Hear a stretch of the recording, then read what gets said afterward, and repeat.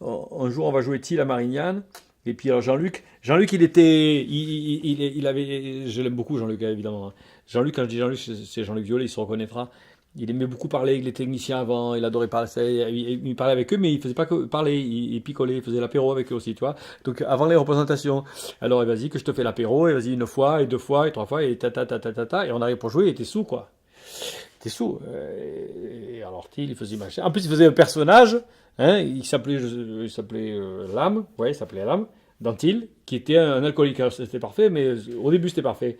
Donc il avait des très grosses bouteilles, hein, de 2 litres avec du faux vin, mais qui était réellement en verre. Et alors, il s'amenait à qui il était très bien dans le comportement de l'âme. Sauf qu'à un moment, dans une scène un peu animée où ils se retrouvaient, Till et l'âme, je lui sautais sur le dos. Et il me tenait comme ça, j'étais sur son dos comme ça, à cheval, là, et il me tenait comme ça. Il me tenait par là. Et là, on était à Marignane, c'était un théâtre en pente, elle a un vrai théâtre à l'italienne, légèrement en pente, et là, je vois qu'il perd l'équilibre, et on part comme ça, on part en avant, et je faisais Jean-Luc, Jean-Luc, lâche-moi. Alors il y avait tout un texte, et puis je disais lâche-moi, et l'autre il me lâchait pas, l'entendait derrière, il gueulait comme ça, hein. Et là, nous voilà, et on bascule dans la fosse orchestre, on tombe, la bouteille en verre explose, évidemment. Et là, je me demande comment on ne s'est pas blessé plus que ça. Il y avait du verre partout.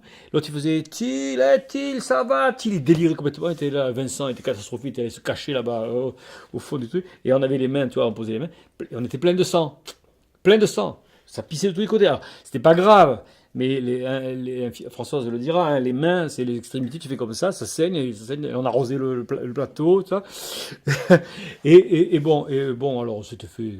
Après, Vincent, il nous avait pourri. Il se mettait pas souvent en colère, hein, ça c'est vrai. Il se mettait pas souvent en colère, mais là, il s'était mis en colère parce que c'était n'importe quoi. Enfin, voilà, des anecdotes de conneries. Bon, je me souviens d'une tournée en Russie. On est parti en Russie. Enfin, à l'époque, c'était l'URSS. On est en 90, c'était déjà sous Gorbatchev. Vincent n'a pas pu venir d'ailleurs. Bon, ouais, il travaillait et on était parti là-bas. Et on jouait Till l'Espiègle. Et à un moment, on arrive dans un Sovkhoz du côté de Simferopol. Donc c'est le sud, c'est la Crimée.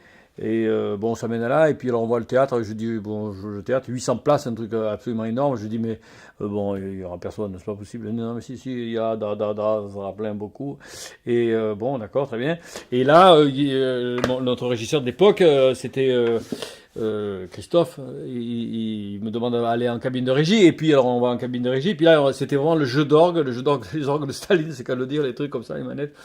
Et je dis ouais, c'est vieux ça, et alors il met les mains sur les trucs, les poignets, tu vois, il actionne le poignet, et là il est électrocuté quoi. Enfin, je veux dire, c'est comme ça, et et je me rappelle, je donne un coup d'épaule, il tombe par terre, je dis, alors je dis bon maintenant c'est bon, tu touches plus jamais ces trucs-là. Touchez les Russes si vous voulez. Eux, ça ne leur posait pas problème, tu vois. Mais ce jour-là, effectivement, dans ce théâtre-là, on a joué, c'était bon, c'était plein, bondé, bondé. Alors jamais j'aurais cru. Alors ils avaient un synopsis les gens, hein, parce on avait trouvé une machine à Lyon qui avait un caractère cyrillique et on avait imprimé comme dit, c'était un spectacle en tableau, il y avait 18 tableaux, donc les gens, ils avaient le texte traduit, ils avaient ce qui se disait, c'était pas important d'entendre bien, bon voilà. Et je me souviens qu'il y a une grande émotion ce jour-là, parce qu'à l'issue de la représentation, l'ensemble folklorique du Sovkhoz est venu danser et chanter. Ils étaient 80 à peu près, 80, c'était magnifique, magnifique. Et surtout après, il y a eu ce qu'ils appellent la cérémonie de l'accueil, la cérémonie du sel, du pain, où ils ont fait venir le plus âgé d'entre nous. En l'occurrence, la plus âgée, c'était Hélène, notre amie Hélène qui est partie en 95, qui est décédée en 95. Et là, ils ont donné une motte de sel et une mode de pain. C'est comme ça qu'ils accueillent les gens, quoi. Ça, c'était absolument splendide, quoi. Voilà. Bon, ça, c'était pas rigolo, hein, mais c'était très beau, très émouvant. Surtout qu'ils avaient chanté à 80, sur 4 pupitres de voix, absolument splendide. Françoise qui est là, elle sait ce que ça veut dire chanter, tu vois, c'était très très beau, quoi. Bon, là, je vous raconte pas tous les trucs, les machins qui sont arrivés. Bon, je me rappelle le premier jour, après le spectacle, ils avaient organisé un banquet, par exemple, un banquet. Alors, quand je dis un banquet, c'est 24 plats, quoi. Hein. Et avant ça, c'est des toasts de l'accueil à la vodka pure, tu vois, les verres comme ça, là, je montre bien comme ça, plein de vodka. Alors, il y en a qui se lève, un officiel, qui te parle en russe, qu'il est content, les amitiés franco, machin. On était invité par c'était le voyage était organisé par le France URSS. l'association France-URSS. Et donc on est parti là-bas. Je me rappelle plus le nom du monsieur d'ici qui s'en occupait, je me souviens plus. Et alors, l'autre, il sort son discours en russe. Et alors, tout le monde s'enfile le truc. Et puis après, donc on doit se lever. Donc moi, je me lève, comme j'étais le chef de délégation, là, et avec le verre, et je dis que je suis content, et tout ça, que les trucs bien, quoi, tu vois. Et on s'enfile un deuxième. Et après, je me tourne vers notre interprète, Yolande, et je lui dis, non, mais attends, il faut leur dire que nous, parce qu'il y a un deuxième officiel qui se lève avec un verre encore, de nouveau. Et je lui dis, non, mais nous, on peut pas boire 10 verres de vodka pur comme ça, on va tous mourir, quoi. Hein, voilà.